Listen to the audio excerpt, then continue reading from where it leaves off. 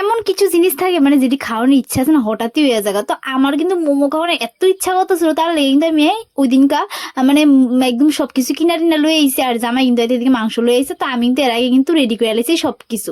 দেখো এদিকে আটারে মাইখাসি, আটা না ময়দারে মাইখাসি আমি গুল গুল করে লাইছি, আর সবকিছু মশলাও রেডি করে লাইছি।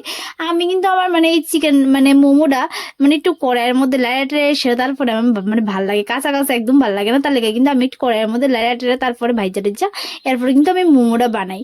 মানে মোমো খাওয়ানোর মানে এত এক্সাইটমেন্ট থাকে না যে খাইতেই হইবো, তাহলে কিন্তু যেমনি হোক যতক্ষণ টাইমই লাগুক নাকি নিজের সন্তুষ্টি লাগে কিন্তু বানায় কিন্তু খাওয়ানোর মজাটাই কিন্তু আলাদা, ঠিক না? তো বাড়িতে বানায় সেটা কিন্তু খাইতেছি মানে নিজের ইচ্ছা মতো। তারপর যতটি বানাইছি নিজে আমার কম পড়ে গেছে, কাজ আমার আরো বেশি হলে ভালো হইতো। তারপর কিন্তু মোমো খাওয়ানোর পরে কিন্তু আরো একটা প্ল্যান আসিল, যেটা আসিল মানে মাংসটা আরো আসিল। তো আমরা ভাবছি যে আজকে মাংসটা দিয়ে এসে চিকেন ভর্তা বানাবো। তো ভর্তা বানালে কিন্তু সবকিছু রেডি রেডি করে একদম ভর্তা বানাই লাইছিলাম। তারপর কিন্তু দিকে রুটিও বানাই লাইছি, ভর্তা দিয়ে রুটি দিয়ে আজকে রাত্রে রয়েছে গিয়ে মেনু আমরা সেই টেস্টি খাওয়া দাওয়া হয়েছে আজকাল, মানে একদম মনের মতো।